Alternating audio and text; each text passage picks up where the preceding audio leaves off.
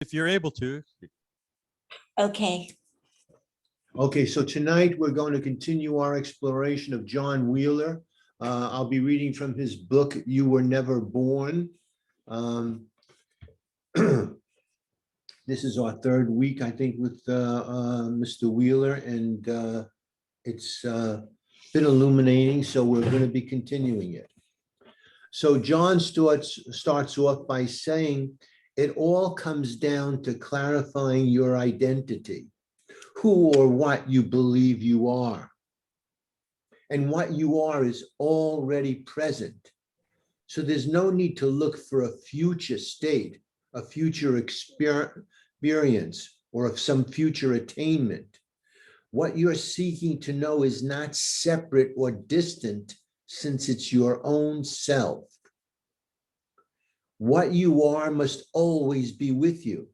Anything which appears and disappears cannot, by definition, be what you are. Thoughts, feelings, perceptions, experiences, objects, these all come and go. None of them as such can be the essence of what you are. So set those aside and continue to look into your true nature. What is left to consider? Surprisingly little. Obviously, you are still alive, present, and aware. But let's look at this presence of awareness itself. Having discarded all else, this is the only possible remainder, and it must be what you are. Your essence, your aliveness, is beyond any doubt and is brightly aware. You are that knowing presence which is registering all thoughts, feelings, and experiences. Look directly into this. This is the heart of the matter. Now notice that thoughts arise and set, but this presence, your own natural being, remains constant. There's no need to wait for a future to see this, nor is there any need for a special practice, technique, or approach, simply because it is already present. You do not need to make an effort to be present, alive, and aware. It's completely natural and effortless. Look now and notice that what you are and the sense of presence awareness are not two different things. This is a very important point. You are that which is present and aware. Many words are used to point to this essential nature: presence, awareness, consciousness, life, spirit, emptiness, being, God, oneness, and so on. They're all simply pointers. And what they're pointing to is your true nature, nothing more or less. Now, the body and mind may suffer experiences, yet awareness, your natural being, remains unaffected and uncompromised, just like the sun shining beyond the clouds and utterly untouched by them. Your true nature has no suffering, doubts, or problems at all. See all this, and you will find that your true nature is ever-present awareness, changeless being, and undisturbed freedom and peace. These are additional pointers to the same wordless, immediate presence of your true nature. You are not a limited, defective person, self, or entity. This false belief is at the root of all suffering, doubts, seeking, and problems in life. Those experiences, all the suffering that we encounter, are only creations of conceptual thought. And those concepts hinge on the imagined person who is assumed to be separate from awareness. So all thoughts of a suffering nature concern the identity, attributes, and condition of a person to whom they are assumed to apply. Continued interest in the thoughts is sustained by the belief that we are that limited person or separate self. The person to whom those thoughts and stories pertain is the central I thought, ego, or person that we have assumed to be present and real. This is the linchpin of the whole production. All the self-centered concepts, beliefs, and habits of mind are sustained by the belief in the presence of this person. This is why a very effective approach is simply to investigate the reality of this assumed person. I'm going to read that sentence again. So the linchpin of the whole production, and the whole production is the myriad ways we suffer and disrupt our lives in peace. The linchpin is the belief in this imaginary I, this image I have of myself as a separate individual. Where is this person? Is it real? Did you ever find it? For example, in any given moment, there may be a few thoughts, feelings, or sensations appearing in your awareness. But do any of those constitute a person, a separate self? They're simply momentary objects appearing and disappearing in present awareness. How could they be a substantial self or an independent person? If you set those aside and continue to investigate, you will find that there is nothing else present at all to investigate. All there is a wide open, clear, obvious presence awareness itself. And that awareness is not a limited person or entity. That conclusion, the conclusion must be that the person that we've taken ourselves to be is a complete myth, because it is not findable in direct experience. And if it does not exist now, then it never existed in the past, nor will it exist in the future.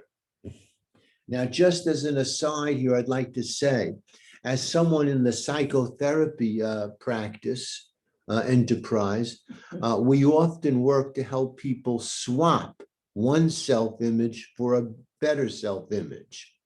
The person who feels weak, nervous, and anxious because of a diminished self-image is encouraged and helped in any way possible to see themselves as strong, competent, and calm. But we're in the metaphysical realm here. And in that realm, we want to debunk the whole idea that there is a personal I to begin with. It's like we've said in the past, first you have to find yourself, a good functioning self. And once that's done, if you want to continue a journey of discovery, then the next step is to lose yourself. Mr. Wheeler and all the teachers that we explore are devoted to the task of assisting in the loss of a personal self. He goes on, if the person is discovered as not real, not present, a mere unexamined assumption, then the root of all self-centered conceptual thoughts, beliefs, habits, and attachments is severed. With this recognition, the interest in the self-centered stories fades naturally and effortlessly because there's no more belief in the reality of the central concept, the person. The thoughts and beliefs unwind and scatter like autumn leaves in the wind. There is no more belief in the fixed reference point of a self or a central character. It's like when you watch your favorite soap opera or your favorite Netflix series and your favorite character in the plot gets eliminated. There's a loss of interest in the story for some people. Well, if you see that your true self, that which you believe to be your true self, is merely an unexamined habit of mind, and you see it has no reality, then your loss in all the dramas, interest in the dramas wanes. There is no more belief in the fixed reference point of a self or a central character. You simply remain as the open sky of awareness in which all thoughts arise and set. And that awareness is untouched, spacious, clear, and always unmodified. The tendency to fixate on or attach to thoughts dissipates. Seeing this, you cannot believe in self-centered thoughts, even if you want to, because the basic misconception has been undermined. You do not seek water in a mirage once it's known to be a mirage. What about the nature of the world, the universe that presents itself to us? All that we can know is what appears to us in immediate experience.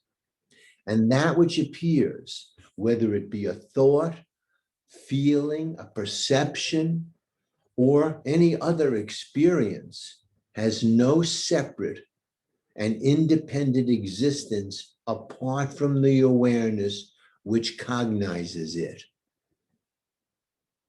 I'll read that again. And that which appears, whether it be a thought, a feeling, a perception, or any other experience, has no separate or independent existence apart from the awareness which cognizes it. And since awareness and objects always appear together, they must be the same in essence. How many thoughts, feelings, or perceptions can you have outside of awareness? They are inseparable. Everything that appears, arises from, exists upon, and returns into awareness. Even time, space, and seeming external objects are present experiences contained in your knowing presence.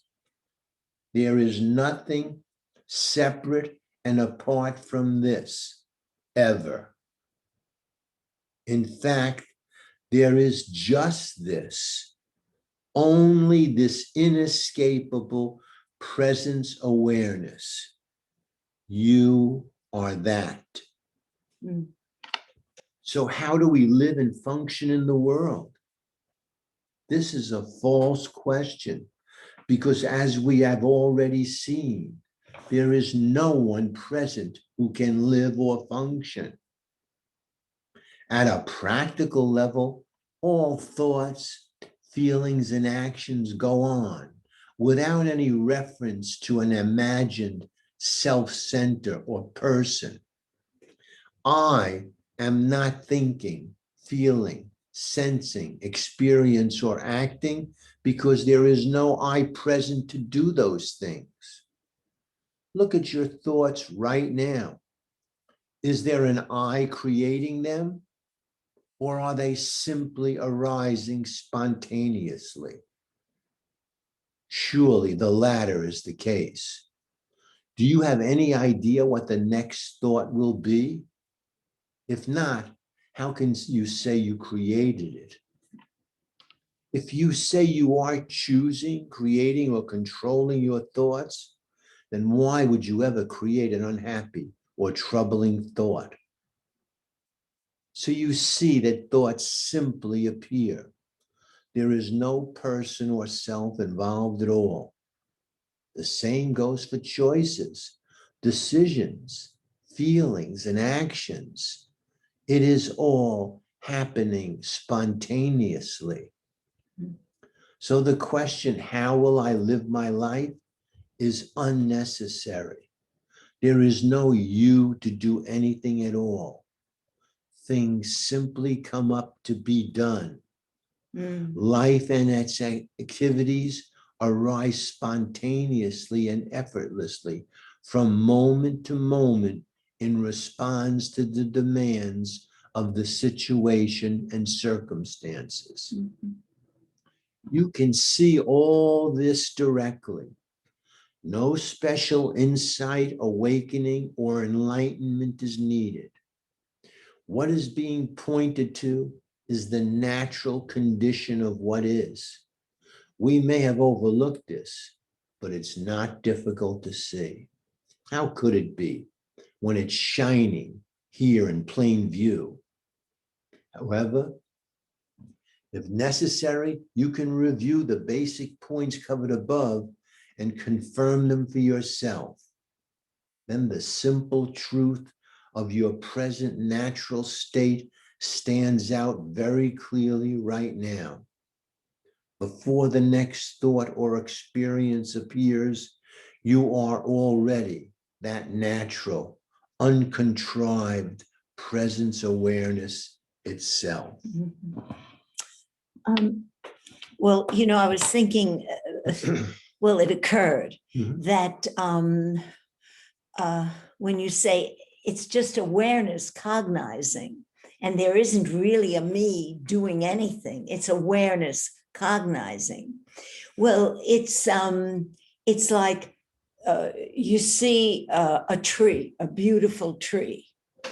The first moment you see this object, and there isn't a division. There's just this seeing. But just a second later, you say, I saw a beautiful tree. So now you've split it and you've made it separate from that cognizing awareness that initially saw the tree, the sunset, the baby, the puppy, whatever, the car crash. It's so that's what it Yes. occurred. Yeah. Huh? Exactly. That's the mechanism. And he's encouraging us to be able to see that happening. Now, let me read a little more. Yeah.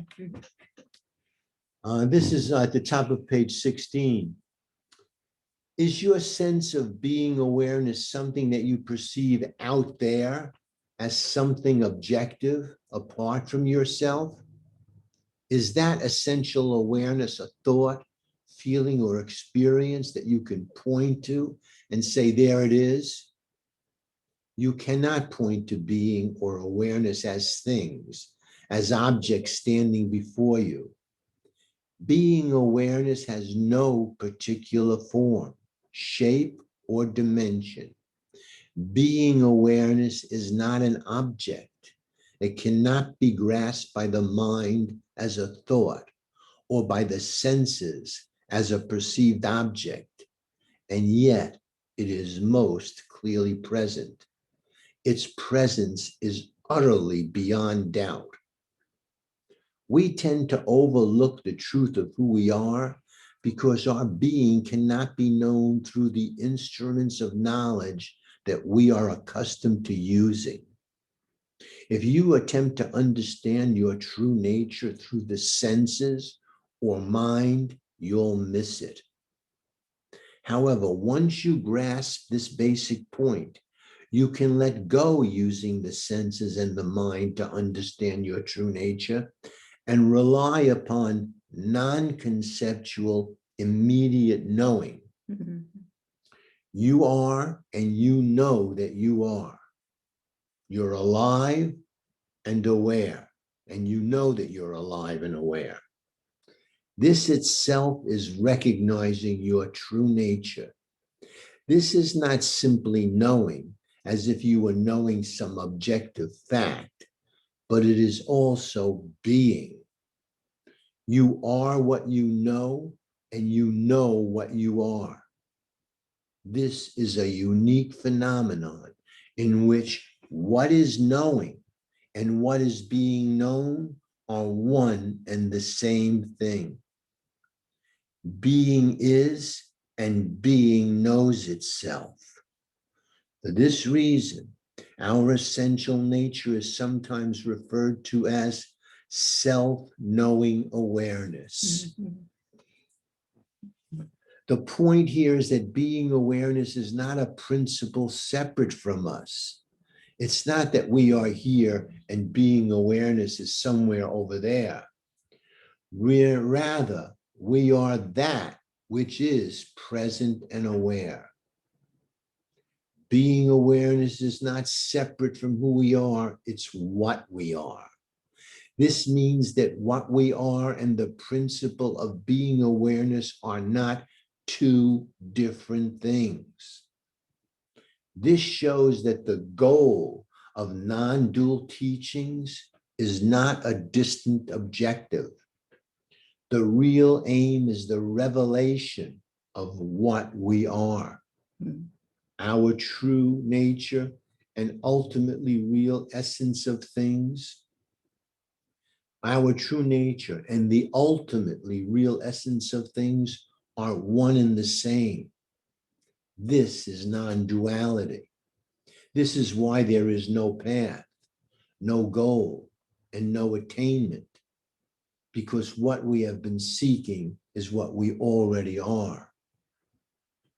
Our true nature is ever present, beyond the need for seeking, and impossible to lose. It's already the case. The only issue was that we did not appreciate what was already here. And this is why there is no possibility of deepening, stabilizing, growing into it, and so forth. All such notions are clearly rooted in the subtle concept of a separation or duality. Only an imagined entity that is separate and apart from the reality can dream of deepening, stabilizing, or what have you. In the clear seeing of the facts, all of those notions are discarded as conceptual errors based on ignorance. Identity does not become more identical. Awareness does not become more aware. Existence does not become more existent. You do not become more of what you already are. Mhm. Notice that the body, mind, and senses all have experiences. These experiences unfold in the realm of appearances and are dualistic in nature. For example, the body may experience pleasure or pain, but does awareness, your real essence, experience pleasure or pain? No, because it is the body that has those experiences. Awareness in itself is quite free and untouched. It is not subject to either pleasure or pain. Consider the mind. The mind may experience doubt or certainty, fear or safety, troubles or contentment. These are clearly mental states. But does awareness suffer any of these experiences? In other words, is it touched or affected by these mental states? Again, you will see that it is the mind that is affected, but not your true nature of awareness. What does this mean? It means that your true nature is totally free of suffering, pain, doubt, fear, problems, questions, concerns, and so forth.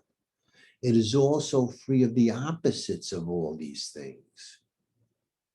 What you are is beyond all pain, suffering, and doubt. But this is only describing your true nature in terms of what it is not. On the positive side, we can say that it is undisturbed peace, fullness, and wholeness that can never be lost or compromised. Why? Because this is the intrinsic nature of our real self. This point illuminates another key fact of our true nature. Not only is our essential being present and aware, but it is also unconditional peace, happiness, and freedom.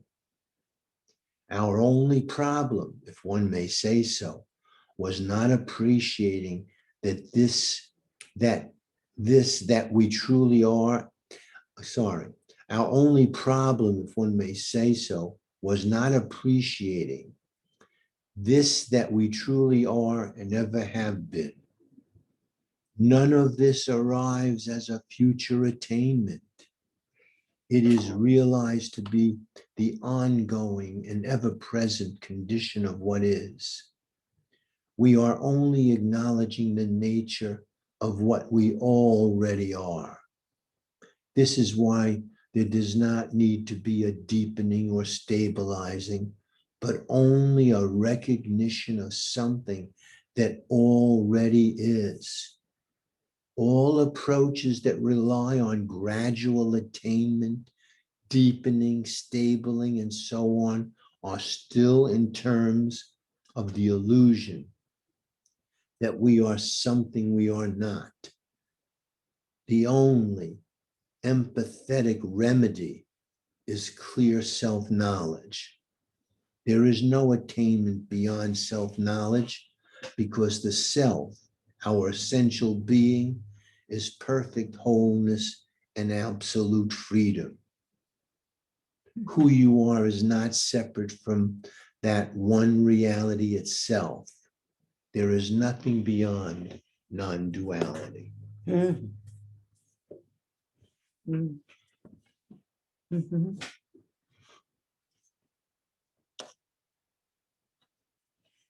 There's just such a strong identification with the body.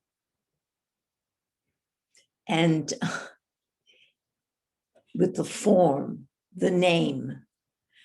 If we could just for a moment erase the perception or the thought of a body and a name, then what's there? Just awareness. But we've so strongly identified with the body, the form, the name, that we overlook what's always been there, and we overlook that light which illuminates the body, the name, the thoughts, the experiences, because without awareness, none of this would be known.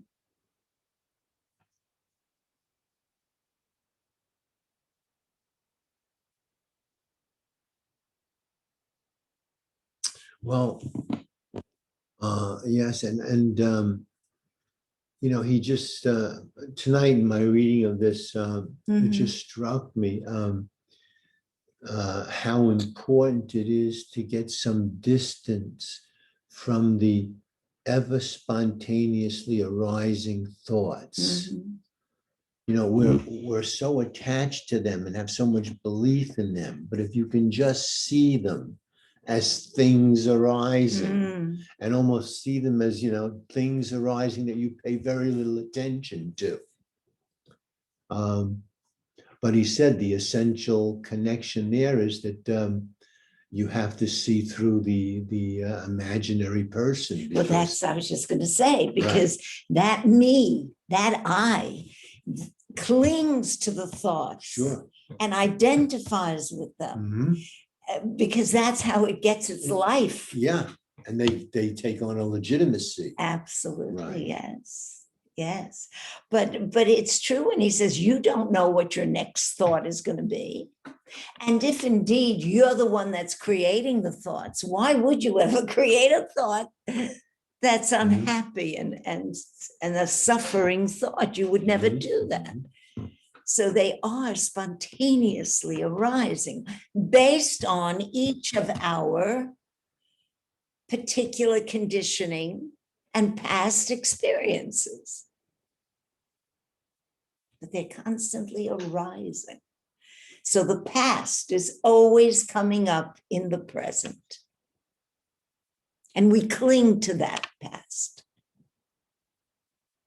Because maybe that makes us feel secure in some way.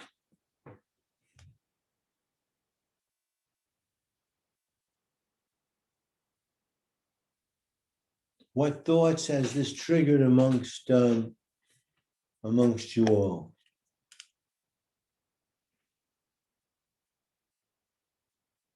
Here again, the thoughts.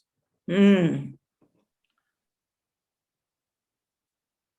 Well, when I think, I quiz myself, okay, Bill, who are you? What is your essential nature? And I can say presence awareness, but that is so vague and it's hard to grasp it. I guess I'm trying to make that into an object, trying to grasp it when it's not really.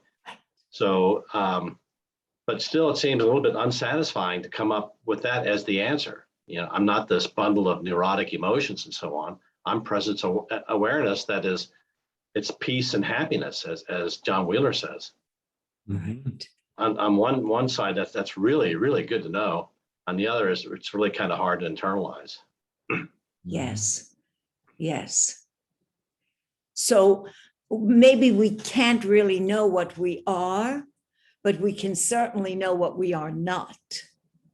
So when there is awareness, when awareness shines the spotlight on neurotic thoughts, neurotic suffering, addictive desires, just the seeing of that, being able to see that as they arise in the moment and put a pin in them. Maybe that's what we can do. And Bill, what about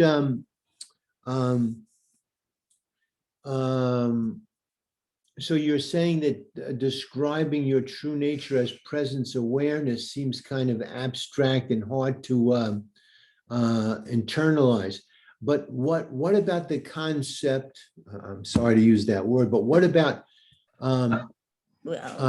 cognizing awareness? When you sit quietly and there's no movement of thought, you're a center of a cognizing awareness that's alive and bright and registering everything. And that which you register is nothing other than yourself in a different form. And when you sit and there's no movement of thought and you're that cognizing presence, there's a peace in that, certainly, that you can feel. Yeah, I guess I can see my moment-to-moment awareness or experience is a flow. It's always changing. Every moment to moment it's changing. Right. And in that change, perhaps that's what I am, is that flow, that sort of the universe working its way through me, moment by moment. Well, Bill, did you say the changing is what you are, or the changeless? The changeless is Well, what in you changing in are. that each moment is new. That's what I Yes. mean. Everything is new from moment to moment. And that's all there is newness. That's right. That's right. But what is it that's aware of that? Yeah, that's the, you're right. That is the unchanging principle, for lack of a better word. Right. Correct. That which registers the newness. Yes. Yeah. Because there has to be a changeless background in order for us to be aware, to know change. Otherwise, how would we know? So it's the changeless background that shines the light on everything that is constantly changing. Our cells, everything. Mhm. Yeah. It gets a little bit difficult for me at times to deal with this present awareness, because I find myself trying to want to find this thing, trying to want it to experience it. And you can't find it and you can't experience it because I really have a hell of a time. You can't understand oneness. I tried to, you can't understand it. We've been brought up with the notion that we can understand it, that we are separate. I mean, when we're born, we're not born with a separate identity. That's created early on in life, and we're conditioned to accept it, and so on and so forth. So the way I can better understand awareness for me is to realize that all the things that I'm thinking of is not what it is. All the things that it's not. And you get to a point where there's nothing left, but you still are, but I'm still here. Right. And that more or less, I can handle that to a certain degree. Now, like Bill says, it's sometimes it's difficult to be present to that and to have that as your main menu moment to moment during the day. Sometimes it works and sometimes it doesn't. But I can see that the separate I is operating. When I get a thought, and the minute I start translating that thought into words, I know I'm into the I. And I don't want to hear all the stories and all the this, that. For me, I'm in the I, and there may be trouble ahead.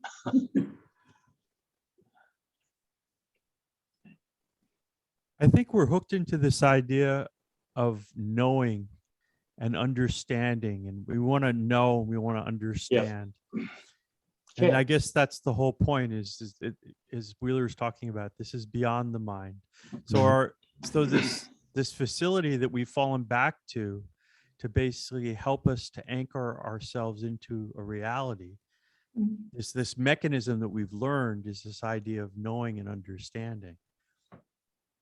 Whereas really what we're talking about is kind of just that experience of life as it passes through us. And it's just that simple. It's like how you can look at something for the first time. I think we've all had that experience where you look at something as if for the first time. Right. And it's that ever-present newness that's happening, and that this idea we have that we have to anchor ourselves into life by knowing or understanding is a false approach. Really.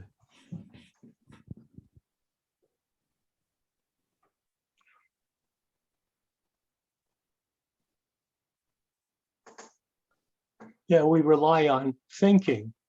We over the millennia, thousands and thousands of years, we've developed a confidence in this ability to think our way through the problems, not realizing that the thinking has its roots in the past and has its roots in the creation of the I and all of that, so on and so forth. And it's really, once you've been indoctrinated, especially when you get on in age and you haven't been starting this non-duality at an early age, you got a real heavy, thick bank of memory which is, the basis of all your thinking and so on and so forth, it's really hard to let go of that and rely on and depend on the fact that if you stop the thinking, things are going to work out all right. I see it all the time in me, and I when I catch it, I question it, but I want to have control of what's going on, and I don't. And that's a hard thing for me to really get through my head. I've got scars and I got bruises, and from not playing it that way. But in the times when I can just don't think about it. Just the answer is there. But I sometimes the fear of allowing that to happen just stops me from doing it. The fear of allowing what to happen? Just getting my thoughts out of the way, not thinking about it. Just don't worry about what's on the other side of the door. It's a door, go through it. But even before I go through the door, I'm already thinking about what's on the other side. And when I'm able to do that, and I'm sure it doesn't happen in all times, but it seems to me that most of the times when I allow things to just happen, they work out just fine. And that's hard for me to admit, because that puts the me out of control. I just kicked my E in the ass, and it hurts. That's right. That's right. Giving So up. Paul and Evie, Yeah. what is your understanding of unity or oneness with all things? I mean, at the very end of the reading, he says that there is nothing beyond non-duality. Right. In other words, there's nothing beyond oneness, unity. That's right. Remember, it's one without a second. Reality is one without a second. It's pure non-conceptual awareness, and it's not personal. This awareness that I don't know how else to say it. This awareness that I have is the same exact awareness that you have. It's not different. There's just impersonal awareness. And that's the oneness. The duality is coming from separating and believing that we are separate from that awareness.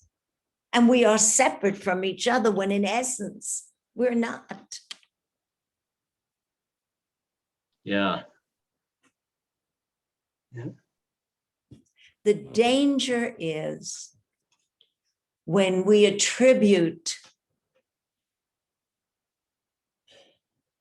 personal actions and behaviors onto a me that is separate from awareness. Yeah, that's what I mean, again, you're saying that, I'm unity, I am the universe, that sort of thing. It seems to make more sense to me by saying I am not separate from anything out there. That's right. Because when I say I'm in unity with everything, it makes me think, well, how can I be that tree that's over there? But yet, maybe a better way of looking at it is I'm not separate from that tree. That's right. That's right. And aren't we made up the same stuff as the stars? Are not we all made up of the same stuff fundamentally? Yeah. Right? I mean, my liver isn't any different than your liver, and the cells are the same. It's all one. And we're all an appearance. The tree is an appearance in awareness. We are not. Everything, you're not separate from the appearance. Awareness. We are not separate from awareness. And you see, when there is a cognizing awareness of, as I said before, of a tree or the ocean or another person or whatever, in that initial moment, there's no separation.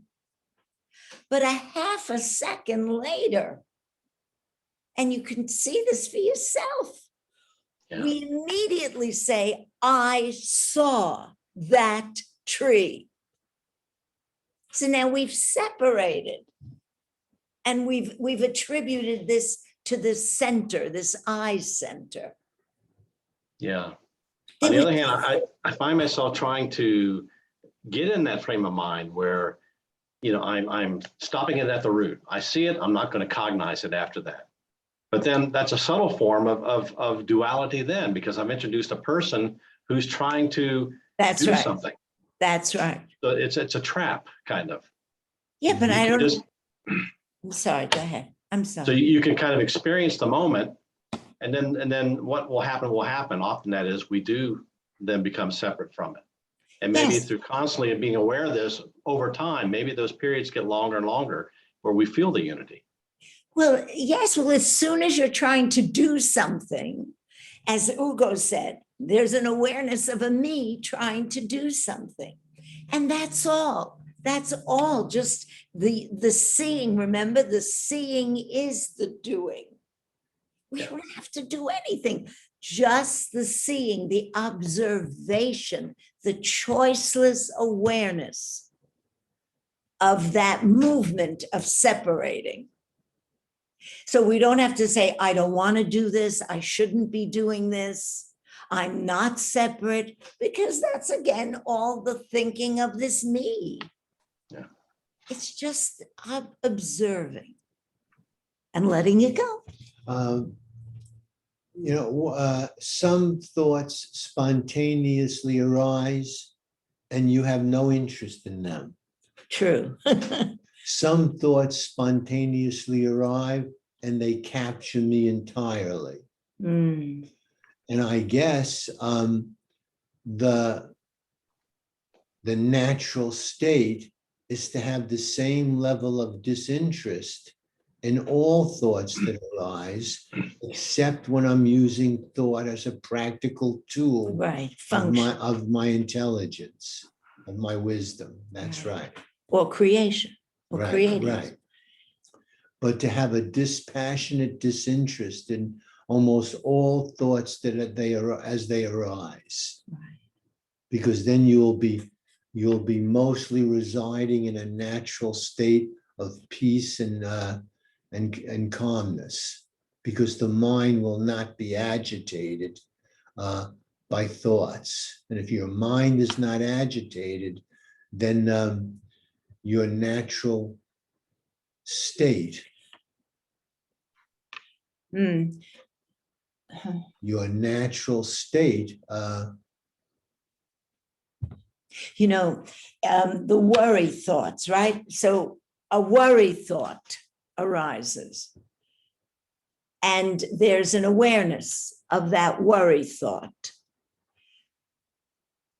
But it's the nature of the mind to want to find a solution, because the mind is afraid. When you have a worry thought, the what if this bad thing is going to happen.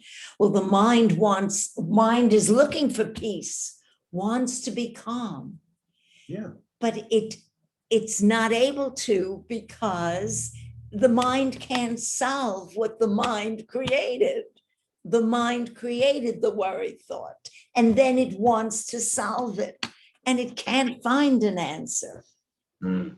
yes, So, that's right. exactly right. And in the other realm, right, and excuse me, and it doesn't want to let go. right. And in the other realm, when my basement floods because my gutters are malfunctioning, I want to find out why my basement floods. That's And That's I do different. research and That's right. That's exactly. right. That's a practical problem Exactly. that of course you have to look for a solution to. That's right. Just like if you have a pain or a Yeah. toothache or whatever, that's most of- practical. But the majority of worry thoughts that arise are about the psychological me. Absolutely.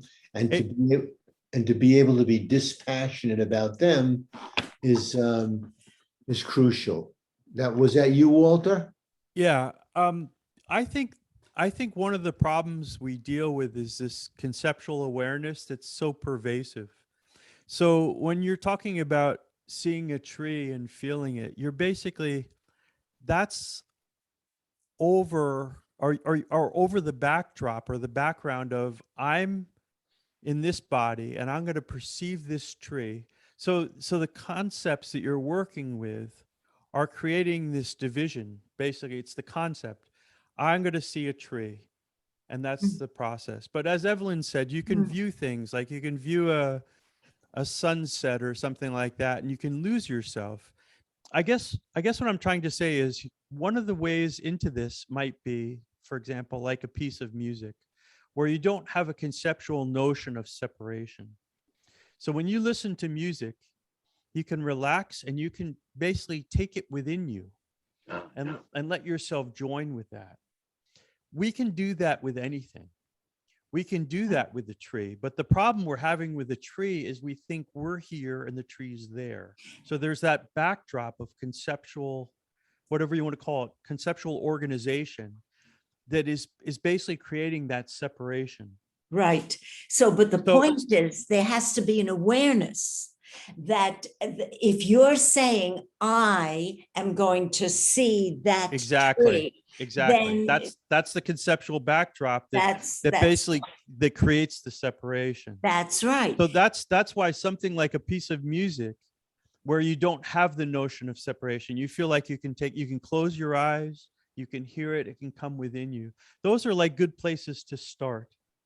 But Yes. I think as we progress, we'll recognize that we can actually not only do it with a piece of music, we can do it with the tree, we can do it, with anything basically. Yes. And recognize the power of this conceptual background that's basically organizing or not organizing everything that we're experiencing.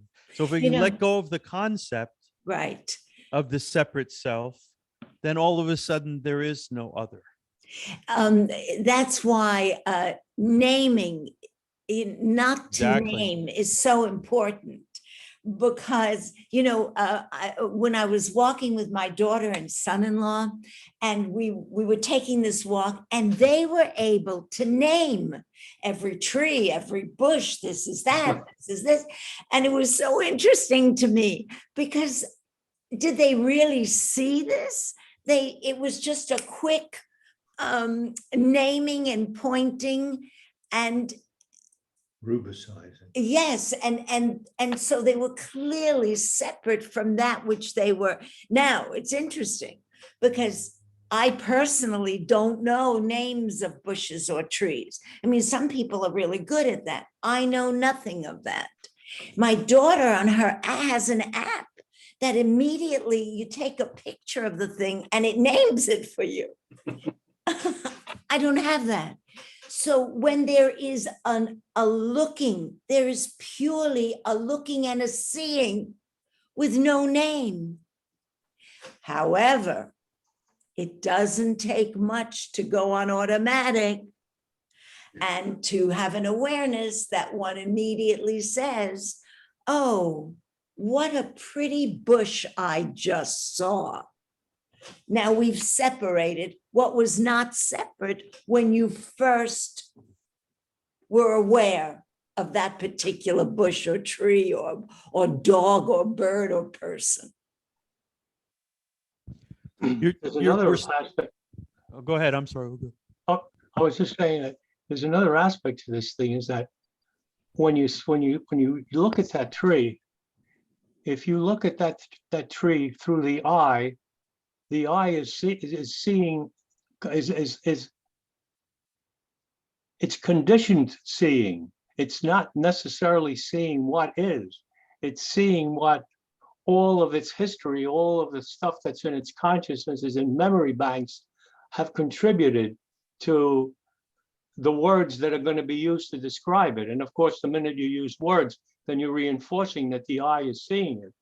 So, I mean, I can't do this, but I know this. I know the difference between just seeing something and then, like you say, a moment or two later, you start to talk about it. Now you're introducing the censor. You're introducing that pain in the ass, Mr. I. He's going to come in there now and run the film through a censored eye, if you will.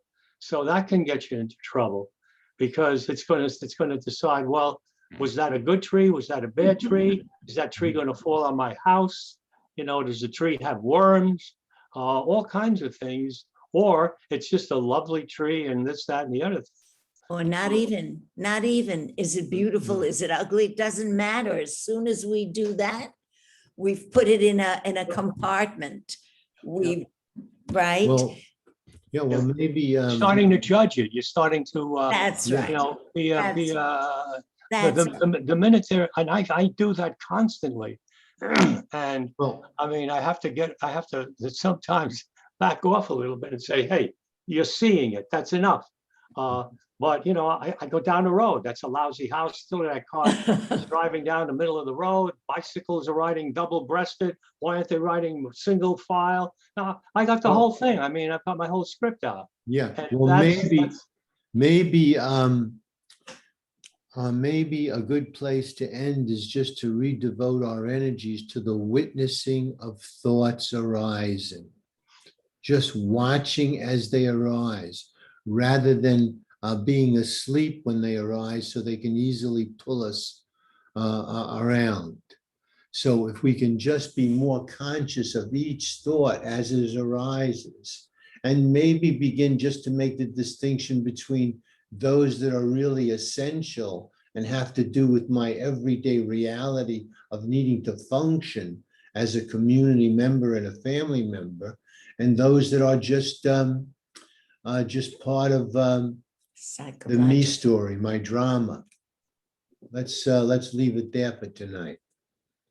Yeah, if I could just say one thing, I just want to thank Chip for that music example. That really hit home this time. Chip's used it before, but now it's like, okay, wow, I've got it now. I understand it. So it's just because music has that sort of effect on this organism. So expand it, as Chip says, expand it to other things. That's Awesome, Bill. Okay, thank you all for joining. Thank you so much. Thank you. Hi, Thank you. David, and we'll see you all next week. Buonasera. Bye-bye. Buonasera. Buonasera.